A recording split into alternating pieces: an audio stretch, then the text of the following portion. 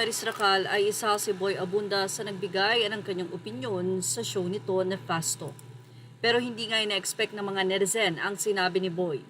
Although nandoon ang sympathy, nandoon ang paghanga ni Boy Abunda, pero nakakagulat na napaka-open itong pinansin na may nakita daw siyang butas sa naging statement ni Maris Racal. Ito ay ang pagsasabi ni Maris Racal na delete ang message at someday, kumbaga sa future. Yan ang naging pahayag ni Boy Abunda. Yan ang naging butas na kung saan ay tila mayroon daw mga pagkakamali sa naging statement ni Maris Racal na kinalaunan ay nalamang ito pala ay binabasa. Well, iba't iba naman ang naging reaksyon dito ng mga netizen at ayon sa kanila daw ni Boy Abunda sa opinion niya na ito. Paumanhin si Maris Racal sa nasabing statement na mapapanood sa ABS-CBN na platform. To the public, I am sorry you got to see the very intimate side of me. Ganon talaga ako pag nagbigay ng pagmamahal. It was supposed to be private. It was supposed to be a private, intimate thing. I'm sad na nakita yon ng tao, and yes, I don't want to play the victim. Oh. Here, nagkamali din talaga ako. I want to say sorry to those people I have hurt. I reached out to Jam last November and I didn't get a reply. I'm truly so sorry to those people who supported me for 10 years. Alam nila lahat na ginapang ko yung career ko, mapunta lang saan ko gusto. Ginawa ko lahat, pinaghirapan ko lahat sa tulong nila. Nagagawa ko yung mga gusto ko.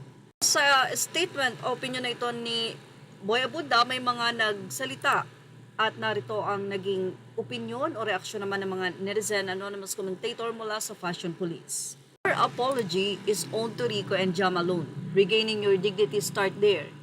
Say naman ng isa, well, you made a bold statement and I admire you for that. Not everyone will take responsibility for their actions. Now, what you need to show to the public is your humility, and if you are sincere, people will see that. Good luck. When you get through this, Maris, take it easy and move forward. Telling is healing. Say naman ng isa, karma yan po. Yung nanakit siya ng tao, kaya yan ang ganti sa kanya. Katakot-takot talaga at may totoong karma, yun lang po yun. Kaya ng isa nasa putikan because of her own doing. Nagpa-interview na pero ang sisi, lahat except sa kanya, hahaha, galing magpa-victim. I'm all for feminism pero we also need to understand na nagkamali siya. And as much as I want to put all the blame to Anthony, it's not possible kasi dalawa sila. Diyan.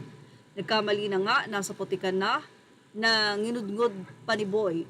Gusto pa atang mag-alala Marimar Sine. Asip naman sa kanya nagkasala si Maris. People who demand not to be react anymore are missing the point that Maris put herself out in the open through that video she made, which was orchestrated by her mother company. And these people just want everyone to agree with her and let it pass. How convenient. Diktador lang ang peg nyo, mga besh. Well, hindi talaga sila pwedeng mag-decide by their own. We are not stupid like not buying her save face and career pa victim statement. She's not the victim here. Tito Boy, yan din ang question ng karamihan sa sinabi ni Racal, na wala daw siyang alam na hindi pa single yung guy. She portrayed that she is a victim to was played. Mga netizen, ang intindi ko sa interview, she broke up with R at dahil po may maton, love team, kaya din sinabi niyang walang kinalaman si A sa broke up kasi syempre para tuloy-tuloy ang love team nila. Then, ito ngayong statement niya, since pareho silang nasa skandal, wala na siyang choice kundi yung sarili niya na lang ang isalba. Hence, si A ngayon ang inilalaglag niya imbes na silang dalawa ang parehong may mali. This recent statement is not because she's very sorry but because they were caught and she wants to save her own career. Cheater na, selfish pa. Ilang mga netizen naman ang nagbigay din ng kanilang mga saloobin at sinabi nilang for me, pwede namang hindi na talaga sila nung time na yan.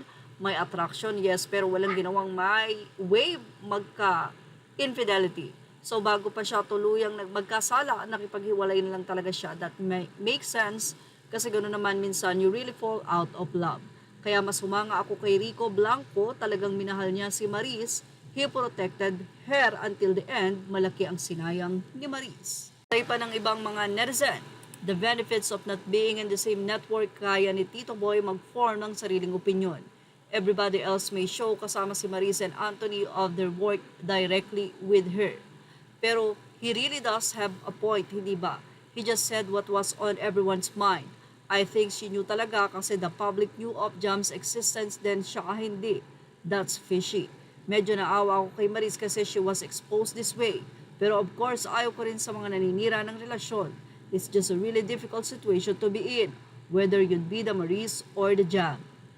It is, ang nakitang butas ay yung delete at yung hindi alam ni Maris na in a relationship pa itong si Anthony.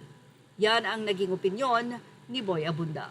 At yan ang ating showbiz snap update. Thank you for watching. Images are all credit to the rightful owners.